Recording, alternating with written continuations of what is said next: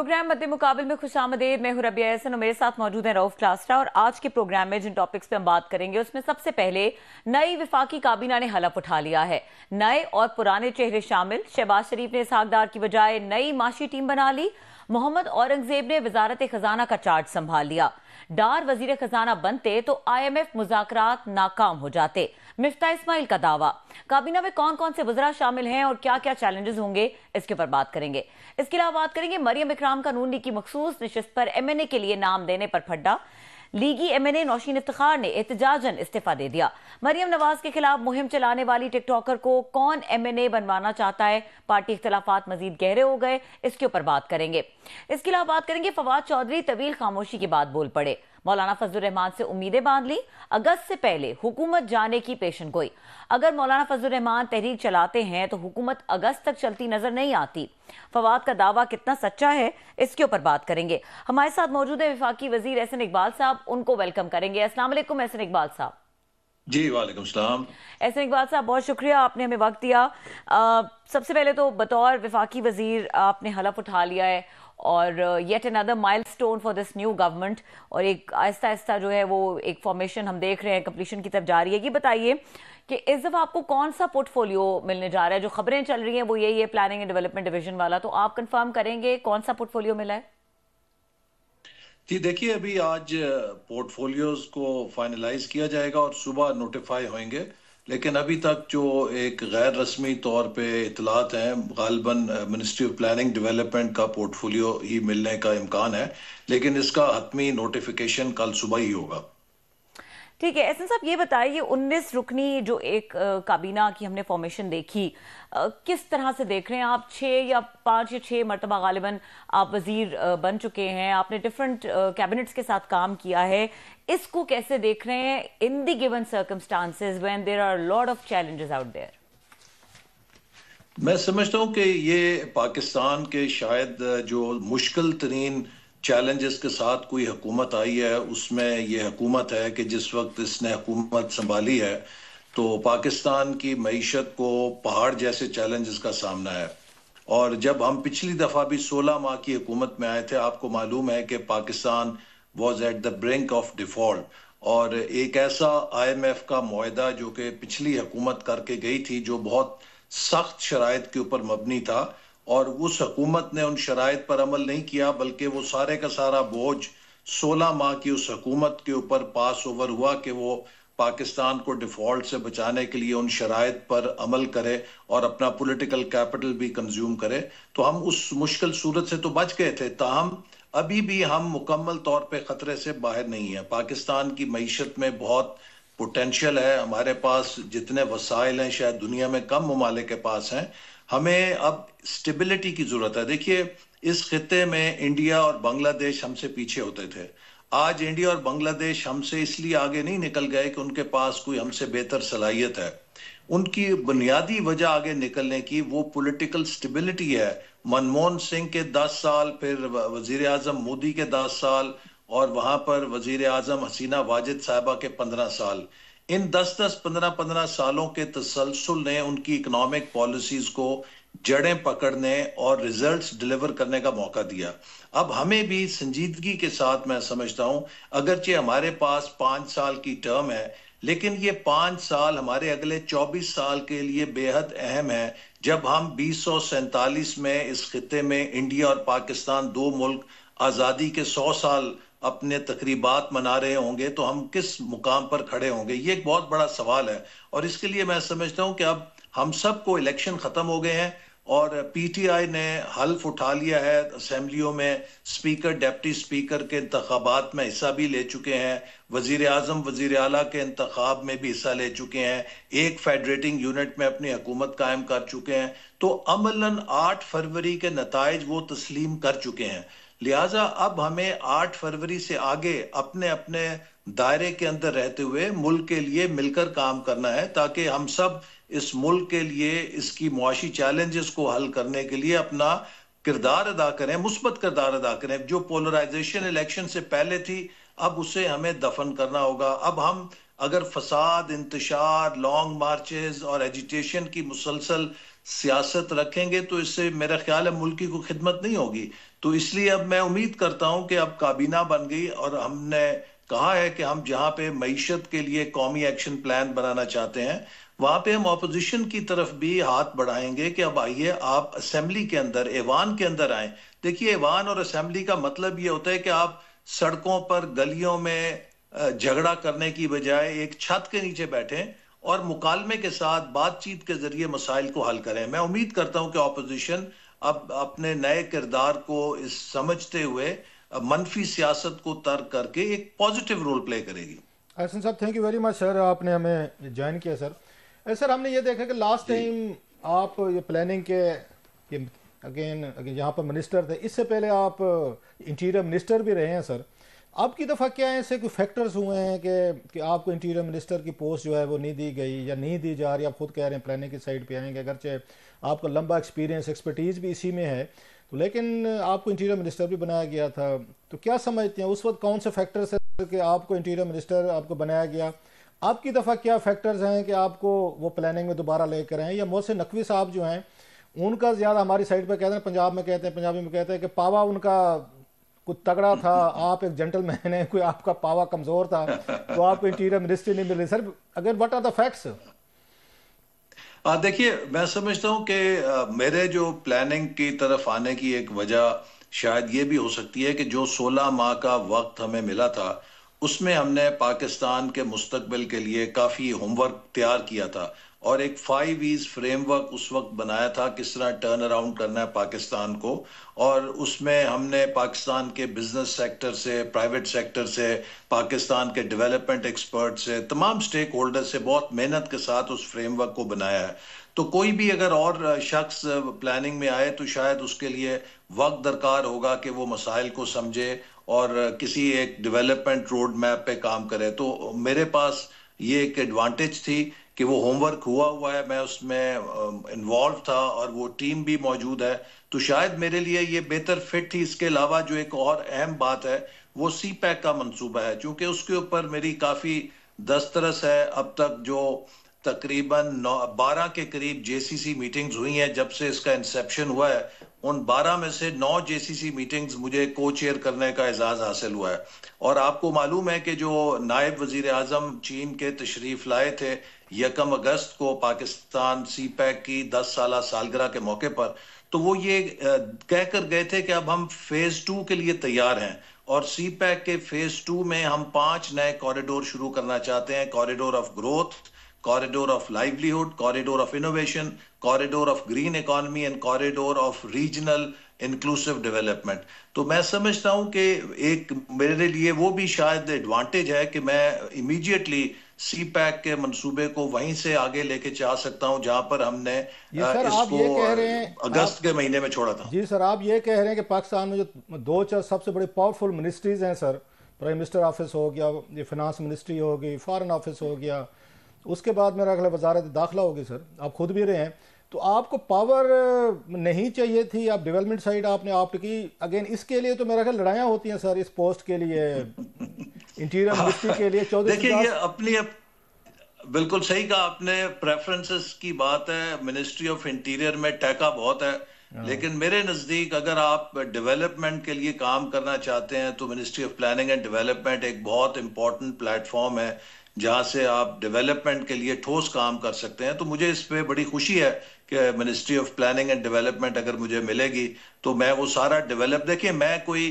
Professional politician नहीं हूं, I am a professional in politics. तो लिहाजा एक प्रोफेशनल पॉलिटिशियन के लिए तो हो सकता है कि ये चीज अहम हो कि मुझे टैके वाली वजारत चाहिए, मुझे वो वजारत बेहतर लगती है कि जहां पे आप कोई ठोस काम कर सकें। अच्छा सर, ये मोहसिन नकवी साहब हमारे दोस्त रहे हैं, कुलीग रहे हैं, बड़ा उनसे एक अच्छा ताल्लुक भी रहा है, but I can't stop my self asking कि किसके बंदे हैं? कि जरदारी साहब ने कहा था कि अगर मोहसिन नकवी मेरा बच्चा है, इसके बाद अभी वो शहबाज शरीफ साहब ने उनको अपनी कैबिनेट में लेकर आए हैं, उनको वजीर दाखिला बनाया जा रहा है।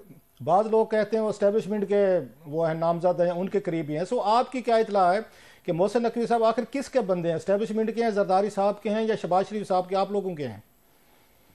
देखिए, मैं समझता हूं कि शायद जो आपने कहा कि जरदारी साहब से भी उनकी बड़ी कुर्बत है, शहबाज शरीफ साहब से भी बड़ी कुर्बत है, तो शायद उनकी मौजूदगी इस कोलेशन गवर्नमेंट में स्टेबिलिटी लाने का एक जरिया बन सके और ऐसे लोग के जो तमाम कोलेशन पार्टनर्स को इकट्ठा चला सकते हैं और उनमें अंडरस्टैंडिंग को फरोग दे सकते हैं, वो इन हालात में भी जरूरी है और उनका एक किरदार है कि जिससे ये हुकूमत फायदा उठा सकती है। अच्छा सर, जो मेन चीज़ है कैबिनेट की मैं देख रहा था, वैसे तो ये प्री डोमिनेंट एक रिवायती टिपिकल किस्म की ये लगती नवाज लीग की ये कैबिनेट लगती है, जैसे आपको उसमें 2-4 नाम 3-4 नाम अगर इसमें मिसिंग है वो पार्टी छोड़ गए हैं। जो अगर आपको याद हो चौधरी निसार अली खान साहब थे, शायद खकान अब्बासी साहब थे, मेहताब अब्बासी साहब थे, या इस तरह के 2-4 और बड़े नाम थे। अगर उनको निकाल दिया जाए तो बाकी ओवरऑल ये वही कैबिनेट लगती है, कुछ लोगों का एडिशन के साथ जो 97 में थी या इवन अगर 2013 वाली देख लें तो मिलती जुलती सी है। सो आपका जो एतराज़ था माजी में कि शायद हमें कोलेशन के साथ काम करना पड़ता है, हमें और लोगों के साथ कंप्रोमाइज़ करने पड़ते हैं, वो तो मुझे यहाँ पे नज़र नहीं आ रहे। एक बात। दूसरी सर, इसमें जो सबसे बड़ा एक अपसेट है मेरा ख्याल है कैबिनेट, वो है इसहाक डार साहब का। डार साहब ने 25-30 साल उन्होंने फाइनेंस पे ही अपना तवज्जो रखी है, बल्कि मिफ्ता इस्माइल साहब शायद खकान अब्बासी साहब की नाराज़गी की वजह भी ये थी कि उनको हटवा कर ये आके वज़ीर ख़जाना बने थे। अब की दफ़ा ऐसा क्या हुआ कि 25-30 साल के तजर्बे के बाद डार साहब को शिफ्ट कर दिया गया है और उनकी जगह औरंगजेब साहब को लाया गया बकौल मिफ्ता साहब, कि शायद IMF की कंडीशन थी कि डार साहब जो है ना साइड पे किए जाए, अगर ये हुआ तो प्लान नहीं देंगे। Sir what is the inside story? आपके पास वो सारी इंफॉर्मेशन, डार साहब कैसे मान गए सर अपनी सीट खाली करने के लिए? देखिए, मैं समझता हूँ उनके लिए भी एक एलिवेशन है कि फॉरेन मिनिस्टर लगना करियर में एक आपकी एलिवेशन होती है, तो उनको एक ज़्यादा बेहतर मौका मिला है कि वो वजारत ख़ारजा में काम कर सकें। और फिर जो एक बहुत बड़ी हमारे मुल्क के अंदर कई लोगों की राय थी कि वजारत ख़जाना में एक फ़्रेश पर्सपेक्टिव की ज़रूरत है, चूँकि जो पाकिस्तान के चैलेंजेस हैं और मसाइल हैं और बिलखुसूस IMF के साथ भी अब जो मामलात हमें करने हैं, और फिर प्राइवेट सेक्टर का एक बहुत अहम रोल है। अब आने वाले वक्त में पाकिस्तान का पब्लिक सेक्टर जो है उसका रोल डिमिनिश हो रहा है और प्राइवेट सेक्टर का रोल बहुत बढ़ रहा है। तो इस हवाले से प्राइम मिनिस्टर ने औरंगजेब साहब को, जो कि प्राइवेट सेक्टर से हैं और बहुत अच्छे काबिल आदमी हैं, और वो भी उसी स्कूल से, वॉटन स्कूल से पढ़े हुए हैं जहाँ से मैंने पढ़ा हुआ है, और मैं उन्हें जानता हूँ कि काफ़ी उनमें काबिलियत है इस शोबे की। तो इस हवाले से उनको लाकर उन्होंने एक माशी टीम के अंदर प्राइवेट सेक्टर के लिए विंडो खोली है और एक फ्रेश पर्सपेक्टिव को मौका दिया है, चूँकि जैसे आपने भी कहा और सबको मालूम है कि इस वक्त हमारे मुआशी चैलेंजेस बहुत गंभीर हैं और हम सबको ज़रूरत है कि उनको हल करने के लिए ज़्यादा से ज़्यादा एक ब्रॉड बेस्ड कोशिश की जाए। अच्छा सर, अभी एक आप ये हमने माजी में देखा कि बैंकर्स जो हैं उनको फिनांस मिनिस्टर के तौर पर तजर्बे किए गए। माजी में ये चौथे हैं मेरा ख्याल है फिनांस को देखने आ रहे हैं। इससे पहले मोइन कुरैशी साहब थे, फिर हमने देखा शौकत अजीज़ साहब थे, फिर उसके बाद शौकत तरीन साहब है, अब औरंगजेब साहब आ रहे हैं। तो हमने ये देखा अब तक कि कोई भी फॉरेन मिनिस्टर फाइनेंस मिनिस्टर जो इस बैकग्राउंड के साथ आए हैं ये बैंक के साथ, वो कोई डिलीवर नहीं कर सके कोई बहुत बड़ा। आप समझते हैं कि औरंगजेब को इस दफ़ा कोई नई बात करेंगे, नई चीज़ करेंगे? कि जो बैंकर्स के हवाले से हमेशा तनकीद रहती है कि उनका विजन उस तरह इकोनॉमिस्ट वाला नहीं होता जो एक आपको पॉलिसीज लेकर आए या डिलीवर कर सके, जैसे मनमोहन सिंह की आप मिसाल दे रहे थे अभी। तो इस तरह का कोई बंदा नहीं हमारे पास। जी, इस वक्त हमारे पास जो चैलेंज है उसमें यही है कि मिनिस्ट्री ऑफ फाइनेंस जो है वो फिस्कल साइड पे ज़्यादा उसका तवज्जो होती है, लेकिन अब मिनिस्ट्री ऑफ प्लानिंग को रोल प्ले करना पड़ेगा डेवलपमेंट के हवाले से। और हम समझते हैं कि अगर एक टीम के तौर पे चला जाए तो एक अच्छे टीम के तौर पे मिनिस्ट्री ऑफ प्लानिंग और फाइनेंस मिलकर एक इकोनॉमिक एजेंडा सेटिंग और इकोनॉमिक डेवलपमेंट में रोल प्ले कर सकते हैं। और जैसे मैंने आपसे कहा कि मेरी भी जो एक ख्वाहिश थी या एक इंक्लिनेशन है इस मिनिस्ट्री की तरफ, वो यही है कि हमने बहुत मेहनत के साथ एक रोड मैप तैयार कर रखा है जो पाकिस्तान को एक सस्टेन्ड ग्रोथ दे सकता है और एक बैलेंस ग्रोथ दे सकता है। हमारे पास नॉलेज की कमी नहीं है।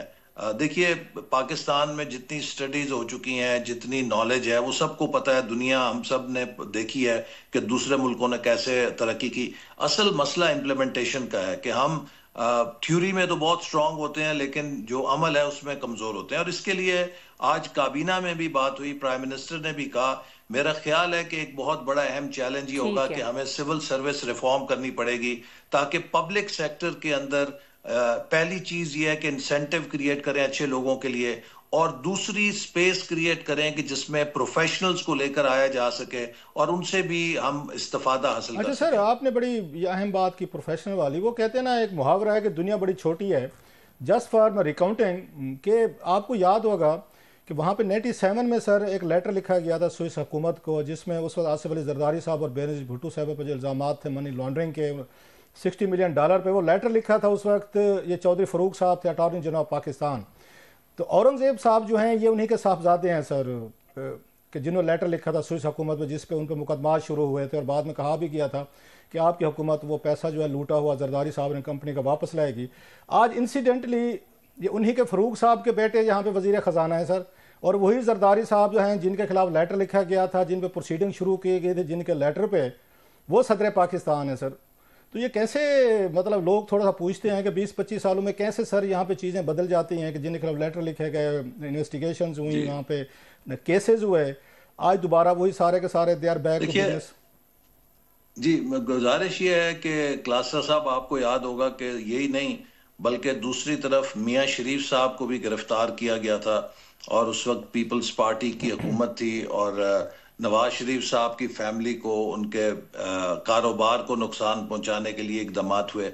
ये एक तारीख है, और इसी तारीख के बाद फिर दोनों जमातों ने 2006 में मिसाक जमहूरियत के ऊपर दस्तखत किए थे, और ये बात समझ आ गई थी दोनों जमातों को कि जहां पर हमने सियासत में इख्तलाफ करना है, वहां पर इस इख्तलाफ को इस सतह पे नहीं लेके जाना कि जिससे हम इस निज़ाम को डिस्टेबलाइज करें। और आपने देखा कि फिर वो चार्टर ऑफ डेमोक्रेसी के नतीजे में 2008 से 2018 तक पीपल्स पार्टी ने भी 5 साल पूरे किए, मुस्लिम लीग नून ने भी अपने 5 साल पूरे किए। तो मेरा ख्याल है कि वो माजी की जो तलखियां थी, जो वाकयात थे, उनसे कम से कम इन दोनों जमातों ने ये बात सीखी है कि हमें अपनी नफरत को, अपने इख्तलाफ को इस हद तक नहीं लेके जाना कि हम मिलकर मुल्क के लिए काम भी ना कर सकें। वो आपकी बात ठीक है, वो जाती तौर पर आई एग्री विद यू, ठीक कह रहे, लेकिन जहाँ पे फाइनेंशियल करप्शन इन्वॉल्व हो, पाकिस्तान का लूटा हुआ पाकिस्तानी अवाम का पैसा, और ये उन्हीं का लेटर है आपकी हुकूमत के दौर में किया था जो चौधरी फरूक साहब ने, इन्हीं औरंगजेब साहब के वाले साहब ने लिखा था। तो वो फिर कैसे हम इन चीज़ों को राइट ऑफ किया जा सकता है जो पैसा इन्वॉल्व हो, जहाँ पे क्राइम इन्वॉल्व हो। तो ये समझते हैं इमरान खान साहब का इसी पे नैरेटिव आप लोगों के खिलाफ स्ट्रांग होता है, और एक रिएक्शन आता है आप लोगों के खिलाफ कि आप एक दूसरे के एक्ट्स ऑफ ओमिशन कमीशन जो हैं वो माफ़ कर देते हैं in the name of political reconciliation. तो ये कैसे फिर ये चीज़ें जो करप्शन, देखिए ना, उसमें तो अब बात यह है कि 4 साल इमरान खान साहब की हुकूमत रही, और उन्होंने करोड़ों नहीं अरबों रुपए सर्फ किए कि वो अपने मुखालफिन की करप्शन को डिग आउट कर सकें। और बिल आखिर वहां पर उनके जो मुशीर थे शहजाद अकबर साहब, वो टीवी पर कागज लहराते थे कि ये करप्शन है, वो करप्शन है, और हमने देखा कि वो सारी करप्शन उन्हीं के जमानों में अदालतों ने उस एविडेंस को रद्द कर दिया। ना सिर्फ मुल्क के अंदर बल्कि जो बरतानिया की नेशनल क्राइम एजेंसी है उसने भी उस सारे एविडेंस को रद्द कर दिया, और फिर उन्होंने झूठे मुकदमात बनाए, मेरे खिलाफ भी मुकदमा बनाया, और हम भी अदालत से सुरखरू होकर निकले। तो मेरा अब वक्त आ गया है कि हम इस इंतकामी सियासत की बजाय कोशिश करें कि हर किसी को जिसको पाकिस्तानी कौम ने मैंडेट दिया है उसका एहतराम करें, अपनी जाती पसंद और नापसंद की बजाय जिसको भी पाकिस्तानी कौम ने मैंडेट दिया है उसका एहतराम करें, और हम सब मिलकर मुल्क के लिए कुछ अच्छा करें। अब हमें तारीख के सामने जवाबदेह होना है, और जैसे मैंने कहा कि हमारे खित्ते में अब तो मुकाबला है, रेस है। 2047 में पाकिस्तान और इंडिया दोनों अदालत के कटहरे में खड़े, तारीख के कटहरे में खड़े होंगे कि हमने अपने 100 साल में क्या किया और इंडिया ने अपने 100 साल में क्या किया। हम पहले ही लेट हैं, और अपनी नौजवान नस्ल को तारीख के सामने शर्मसार होने से बचाने के लिए हमें इन 5 सालों में एक मजबूत बुनियाद फराम करनी है। ठीक है, सही रेडीनेस की ज़रूरत है। एहसन इकबाल साहब, आपने बिल्कुल ठीक कहा, बहुत शुक्रिया, आपने हमें वक्त दिया। और यहाँ पे वक्त हुआ है ब्रेक का। ब्रेक के बाद बात करेंगे जो वुमेन सीट को लेकर PMLN के अंदर एक शदीद इख्तलाफात की सिचुएशन है, उस पर क्या क्या डेवलपमेंट्स हो रही हैं। तारिक अजीज स्पेशल कॉरेस्पॉन्डेंट हमारे साथ मौजूद होंगे, उनसे डिटेल्स जानेंगे। हमारे साथ रहिए।